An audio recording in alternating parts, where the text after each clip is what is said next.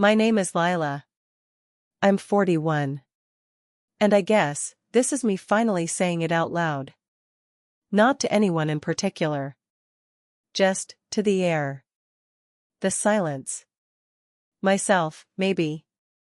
I didn't plan to sleep at Angel's place that night. My stepson, I mean. God, even saying it like that makes it sound wrong.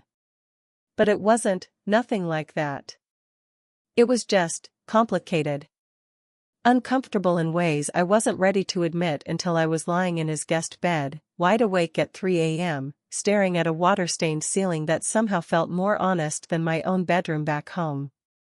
Angel's 23. Sweet, polite, quiet, except when he's around his friends. He's been distant since the wedding, but he still calls me Lila, never Mom, which I appreciated more than I probably should have. I used to think it was because he respected boundaries. Now, I think it's because he saw something I hadn't let myself see. Something between me and his father that had already started to die. When I first met Marcus, Angel's dad, he was all fire. The kind of man who took up space without trying. His laugh filled rooms. His hands were always on me, on my lower back, on my thigh in restaurants, in my hair when he kissed me like he couldn't breathe without it. I needed that, back then. I had just come out of a divorce that left me feeling like air, transparent, weightless, invisible. Marcus made me feel solid again. He loved me hard. And I let myself believe that would last. It didn't happen all at once. That's the thing no one tells you. You don't wake up one day and realize the man beside you has turned into a stranger. It happens in glances. In silences. In tiny moments that don't hurt enough to matter, until they do. The first time I felt it, really felt it, was about a year ago. We were at dinner, nothing fancy, just some Italian place we used to go to on date nights. Marcus was scrolling through his phone while I talked about work. I reached for his hand across the table, and he gave it to me, almost on autopilot. His fingers were limp in mine. Still warm, still there. But I felt like I was holding the idea of him, not the man. I remember the first time he kissed me and I flinched, not because I didn't want it, but because it felt, practiced. Like he was checking a box. His lips barely moved. Mine didn't either. We both pulled away too fast. Smiled too quickly. Pretended we didn't notice how cold it felt. And the cuddling, God, the cuddling. What used to feel like being wrapped in safety now felt like a weighted blanket I hadn't asked for. Sometimes his arm would tighten around me in bed and instead of comfort, I felt pressure. A demand. An expectation. I stopped initiating. He stopped noticing. So when Angel called that day, saying his building's heating had gone out, that he had a spare room if I needed to stay the night because the roads were iced over, I said yes. Not because I wanted to escape. At least, that's what I told myself. I packed light. I didn't tell Marcus until I was halfway there. He just texted back, cool. Drive safe. Cool. That word sat in my throat like a stone. I brought a bottle of red wine with me. Not because I planned to drink. Just, habit. Angel met me at the door in sweats and bare feet. His apartment was messy in a charming way, like a young man who hadn't quite figured out what being an adult meant yet. We sat on the couch. Talked. Laughed a little. He noticed my necklace was broken. Said he remembered when Marcus bought it for me. His voice went soft then. Careful. You okay? He asked. And that's when it happened. That moment. I smiled. I nodded. I said, of course. But I knew. I knew in the way my chest tightened. In the way my throat burned. I wasn't okay. I hadn't been okay for a long time. And the fact that it was Angel, not Marcus, who finally asked, made it all feel real. That was the moment I realized something had changed. And maybe it wasn't coming back. Marcus is a firefighter. 24 years on the job. He's the kind of man who runs into burning buildings without hesitation, but can't sit still during a 2-minute conversation about feelings. He shows love with his hands, with action, with duty. Fixes things around the house. Grabs my hips when I'm doing dishes. Lays his palm on the small of my back at gatherings like a brand, like a claim. But I've stopped feeling like I'm his to hold. That night, after the sleepover, I came home expecting some kind of warmth. Maybe guilt. Maybe curiosity. Instead, I walked in to find him fixing the kitchen faucet, shirtless, sweat running down the curve of his spine. He turned around and smiled like everything was fine. Like I hadn't just slept somewhere else, in someone else's spare room, because it felt easier. "Hey, baby. You made it back early," he said, wiping his hands on a rag. "Come here." He pulled me into a kiss. Strong. Eager. His mouth opened, his tongue insistent. But something in me recoiled. Not because I didn't love him. Because it felt like he needed to prove something with his body, instead of asking with his heart. I tried to relax into it, to let myself feel what I used to feel. But instead of melting, I stiffened. His hand slid down to my backside, gripping, possessive. And I just froze. When he finally pulled away, he looked confused. A little hurt. "You good?" he asked, brows raised. "Yeah," I lied, stepping away. He leaned against the counter, watching me. "You seem off." I didn't know how to explain it. That I felt invisible in the way he looked at me. That every touch felt like a placeholder for something he didn't know how to give. That I wanted to be asked how I was, not kissed like a plug-in appliance. I tried. I think I need more than this." "More than what?" His tone changed. Sharpened. "More than touching. More than sex when we haven't even talked." He scoffed. "We do talk. We live together, Lila. I see you every day. Seeing me and seeing me aren't the same." He tossed the rag in the sink and turned away, jaw clenched. "So what, you didn't feel seen at your stepson's place, either? Or was that different?" And just like that, the air shifted. The accusation in his voice, soft, but poisonous, made my chest tighten. I stared at his back. It wasn't like that. I needed space. He turned around. "From me?" I nodded, barely. "Yes. From how we've been. It's like, you touch me but you don't reach me. You fix things, but we don't fix us." Silence stretched between us like an old wound cracking open. He moved toward me again, more careful this time. Slid his hands up my arms, resting them on my shoulders. "I don't know how to give you what you want," he admitted, voice low. "I want you to ask me what I'm feeling before you touch me. To sit beside me, not on top of me. I want to feel like a person, not a puzzle you're solving with your body." He dropped his hands. Exhaled. "Do you love me, Lila?" The question hit me sideways. Because love wasn't the problem. It was how different ours had become. "I do. But I don't feel safe here anymore. Not the way I used to." His eyes dropped.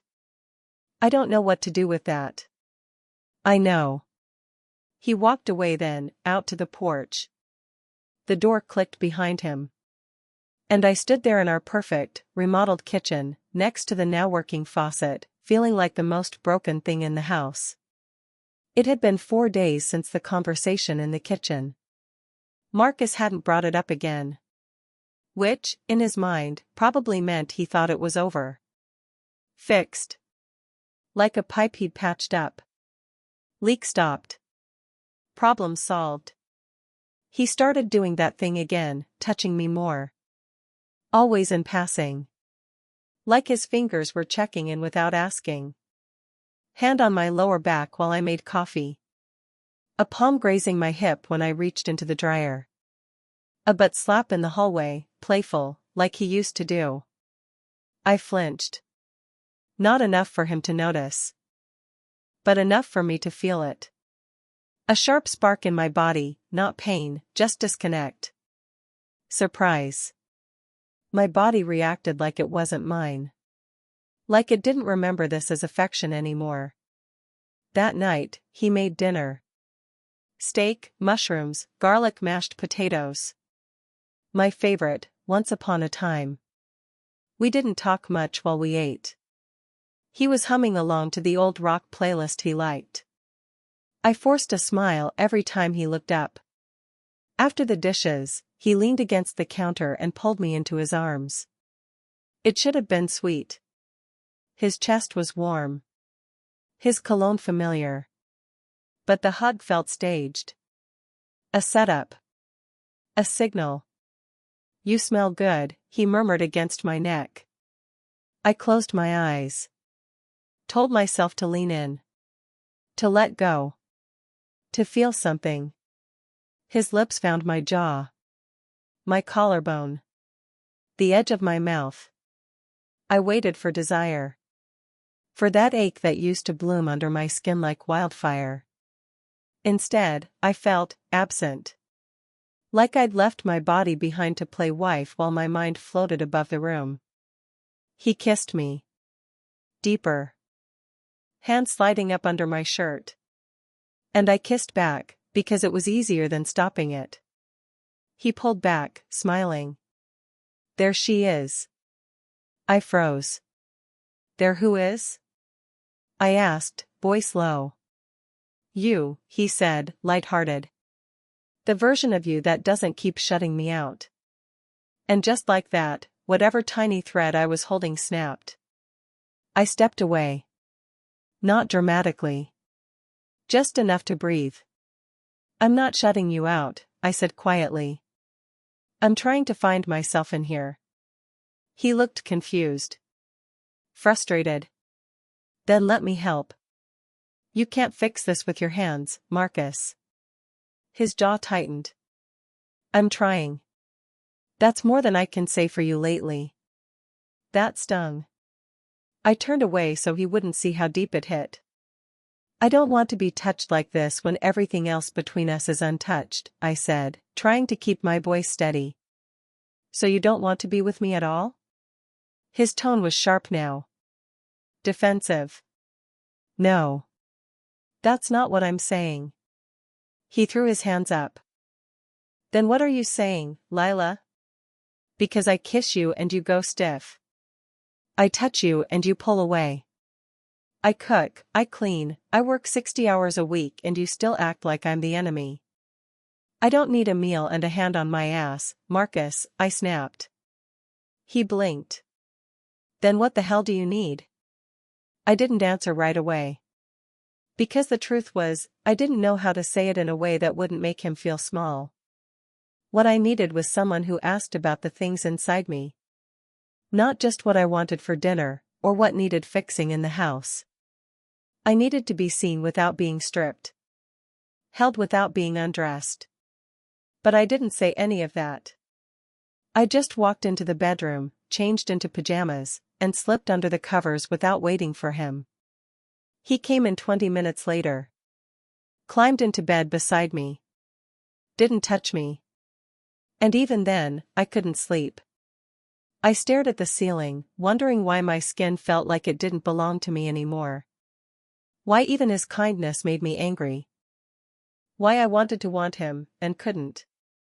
Why does everything have to turn into sex? It was supposed to be a quiet dinner with Angel. Nothing heavy. Just Thai takeout and catching up. Marcus was on a 48-hour shift, something about staffing shortages and an out-of-town wildfire, and I didn't want to spend another evening wandering around the house like a ghost. So I texted Angel, "Mind if I bring dinner?" He answered with a thumbs up and a sure, Lila. You okay? That question landed heavier than it should have. By the time I got to his apartment, the sky was turning pink behind the buildings. He looked like he'd just woken up from a nap, hair tousled, hoodie half-zipped, that sleepy softness still in his face. You didn't have to bring so much, he said, eyeing the bags. I didn't want to think. So I ordered everything. We sat on the floor in his living room, food spread out like a picnic. He turned on some lo-fi playlist, and for a little while, it actually felt okay. Normal. Until it didn't. You and Dad doing better? He asked casually between bites of pad thai. My stomach flipped. I didn't answer right away. Sorry, he said quickly. That was probably too personal. No, I said. It's okay. You're part of it. Whether you want to be or not. He looked up. What do you mean? I laughed. Bitter and dry. I mean, you're the only person who's asked me how I feel in months. Angel set down his fork. Do you want to talk about it? I opened my mouth. Closed it. Tried again. I don't know how to anymore, I admitted. Every time I try with Marcus, he acts like I'm accusing him.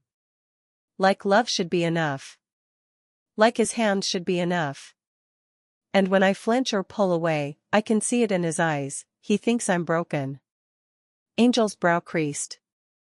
You're not broken, Lila. I looked away. Maybe not. But I'm definitely lost. He didn't push. Just let the silence settle. I left shortly after that.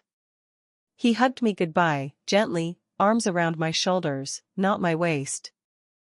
It was the safest I'd felt in weeks. That only made the guilt worse. When I got home, Marcus was already back. Surprise. Early. He was setting the table, candles, even. Steak again. My wineglass already poured. I wanted to do something nice, he said, walking over to kiss me. I let him. His lips were warm, eager. But my chest was tight. You smell like soy sauce, he said with a chuckle. I had dinner with Angel. His smile dimmed. Oh. Didn't know you two were that close. We're not, I said too quickly. I just needed a break. His jaw worked, silently. I could feel it, the storm behind his teeth. He took his seat. Well, this was supposed to be a nice night. I sat too. Tried to push the food around my plate. Tried to act normal. But it was all paper thin. Then he reached across the table and took my hand. Can we try again?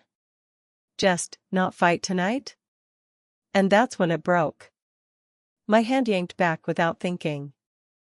I don't want to try anymore, Marcus. I said, louder than I meant to. He blinked. What the hell does that mean? It means I'm tired of pretending. Tired of being touched like it fixes everything. You don't see me, Marcus, you just reach for me like I'm a button you can push to make the world okay again. He stared, stunned. I kept going. Couldn't stop. I went to Angel's because I needed a space that didn't ask anything from me. I needed to feel like me, not your wife, not your sex life, not a damn problem to solve. He stood now, angry but quiet. So what, you want a divorce? No, I whispered, tears now spilling. I want a pause. I want to find out who I am without your hands on me all the time. I want to talk to someone without it becoming foreplay. God, I want to want you again. And I don't. He said nothing. Just looked at me like he didn't know who I was anymore. I ran to the bathroom, locked the door, and collapsed on the tile. The sobs came hard and fast, violent, messy, years of words I never said shaking loose from my ribs. And somewhere in the quiet, when the sobs faded, I stared at my reflection in the mirror, cheeks blotched, mascara bleeding, and whispered, 2 weeks. That's how long it's been since the fight. Since the dinner that shattered whatever delicate, silent agreement we'd been living under. The house feels bigger now. Not physically, but emotionally. Echoes where voices used to be. We still say things to each other. What time will you be home? Do we have eggs? But it's all mechanical. Functional. Our real voices are buried under routine. Marcus sleeps on the edge of the bed now. Not the couch. Not another room. Just the very edge, like he's clinging to some cliff of commitment neither of us is brave enough to let go of. He doesn't touch me. And I miss him. God, I miss him. Not the sex. Not the pressure. Just him. The way he used to kiss my shoulder when I was cooking. The way he'd tug me toward him when I passed by. The low hum of his voice when he read the news on his phone and mumbled commentary under his breath. Now, he barely looks up. And when he does, it's brief, like he's afraid the sight of me might hurt. This morning, I stood in the kitchen in one of his old t-shirts. I don't know why I put it on, some part of me thought it might pull him toward me again, the way it used to. He walked in, nodded once, and poured his coffee. No touch. No smile. Just, I've got a double today. Okay, I said, too softly. I watched him walk out the door like a man who didn't know whether to hope or grieve. And it hit me, he's not trying anymore because he doesn't know if he's allowed to. I pushed him away so hard, so long, he doesn't know where to put his love now. I used to think he wasn't listening. That he only knew how to speak through his hands. But what if that was his language, and I never learned to hear it? He fixed the gutters last weekend. Quietly. Didn't say a word about it. He used to brag about stuff like that. Now he just works in silence, like his only way of showing he still cares is through things that don't require eye contact. I want to reach for him. I do. But I don't know how to come back without losing myself again. I stare at my phone a lot. I keep almost texting Angel, not to talk about anything, but just to feel something. But I don't. It wouldn't be fair. He already gave me more understanding than I deserved. Sometimes I wonder if this is just how long-term love breaks. Not in a single explosion, but in days like these. In quiet resentment. In polite distance. In the way two people can sit across from each other and still feel like they're in different rooms. I went into the bedroom today and sat on Marcus's side of the bed. It still smelled like him. Like sweat and cedar soap. I touched the pillow like it might tell me something. Like it might hold the version of him I can't seem to reach anymore. I closed my eyes. And the question came, do I try again? Do I want this? Or do I just miss the memory of it? I don't have an answer yet. But I know this, I don't want to keep living like strangers in a shared space. I either have to go back to him, fully, heart, body, vulnerability, or I need to walk away. For both our sakes. And soon. It happened on a Tuesday. Not a dramatic day. Not an anniversary. Just a Tuesday, with overcast skies, cold coffee, and the slow unraveling of a marriage no one knew how to save. I was folding laundry on the bed when Marcus walked in. He stood there a second, watching me smooth the sleeves of his t-shirts like they were delicate. Like they were still connected to him. He finally spoke. You doing okay? I looked up. I don't know. He nodded like he already knew that would be my answer. He sat down across from me, close but not touching. His posture was stiff, hands resting on his thighs. I've been thinking, he said quietly, eyes on the floor. Maybe we're both holding on because we're afraid of what it means to let go. My throat tightened. Maybe. He glanced at me then. I still love you, Lila. I know. I looked at his hands. I still love you, too. Silence. But love's not the same as wanting to stay, I added. Not anymore. He swallowed hard. You're not the same woman I married. I know, I whispered. And you're not the same man I needed back then. He let out a breath, slow, heavy. The kind of exhale that carries years. Then he leaned forward, slowly, and reached for my hand. Just one. His fingers were warm. Familiar. And this time I didn't flinch. But I didn't hold back either. We just sat like that, hands resting together, not entwined, not desperate. Just honest. I'm not angry, he said, finally. I just wish we knew how to be new versions of ourselves, together. That was the moment I knew it was over. Because we didn't. We had tried to renovate the love instead of rebuild it. And the foundation was gone. He leaned forward and kissed my forehead, soft, reverent, like a goodbye. And I let him. That night, he slept on the couch. Not out of bitterness, but out of quiet understanding. In the dark, I sat up alone in our bed and stared at the ceiling again. But this time, the silence didn't feel cruel. It felt like mourning. Like the end of something that once mattered more than anything. And maybe still did. Just not in the same way anymore. I don't know when exactly the break happened. Maybe it was slow, like hairline fractures beneath the surface. Maybe it was one sharp moment, like that dinner, that silence, that kiss that felt like goodbye. But I do know this, it didn't fall apart because we stopped loving each other. It fell apart because we didn't know how to love each other in new ways. I used to think relationships were about compatibility, shared interests, sexual chemistry, laughter. And sure, those things matter. They matter a lot. But what no one tells you is that long-term love, it's about adaptation. It's about staying curious. Staying soft. It's about continuing to ask each other, who are you now? Because we change. God, we change. And when Marcus and I stopped asking, when we started assuming, filling in the blanks, fixing instead of listening, we stopped being with each other, even though we were still sleeping in the same bed. I spent a long time blaming him for that. I thought, if only he asked more. If only he listened. If only he touched me less like a checklist and more like a question. But now I know. I wasn't asking either. I didn't tell him what I needed until it turned into resentment. I waited until silence became my language. Until he stopped reaching out entirely. And when he finally gave me space, I didn't know what to do with it, except fill it with guilt.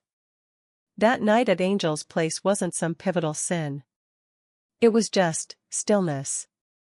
Someone seeing me without touching. Someone offering presence instead of pressure. And it woke something up in me I'd buried under years of duty, sex I didn't want, and pretending everything was fine. I don't think I ever wanted to leave Marcus. I just wanted to find myself and bring her back into the marriage. But by the time I found her, quiet, bruised, exhausted, he had already set his love down like a weight he could no longer carry.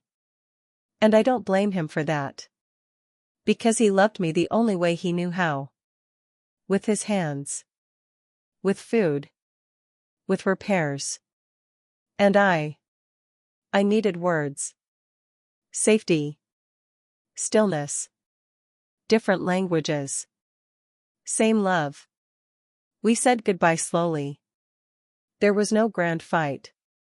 No dramatic farewell. Just a mutual softening. A letting go. A kiss on the forehead. A silent mourning where neither of us reached for the other. And that was it. Sometimes people ask me if I regret it, the divorce, the breakdown, walking away from a man who still loved me. And the truth is, I don't. I regret not speaking sooner. I regret how long I waited to name the loneliness. But I don't regret leaving a version of love that was quietly breaking me. Because here's what I learned: desire isn't just physical. It's emotional. It's being seen. Being asked. Being known, not as you were, but as you are now. And intimacy, real intimacy. It's not just what happens between two bodies. It's what happens in the quiet spaces between words. It's being able to sit with someone and say, I don't recognize myself right now. And have them say, then let's find you together. I never got that with Marcus. But I think I'm learning how to offer it to myself now. To sit in the quiet, with my own heart. To ask myself questions without judgment. To stop turning every touch, even my own, into an obligation. I'm not lonely anymore. I'm alone, yes. But I'm not starving for connection I can't name. So if there's one thing I could say to anyone listening, anyone who feels like their relationship is slowly going numb, it's this: don't wait until the silence is louder than your love. Speak now. Touch carefully. And ask the hard questions, even when the answers might change everything. Because sometimes, love stays quiet too long. And by the time you scream, no one's left to hear it.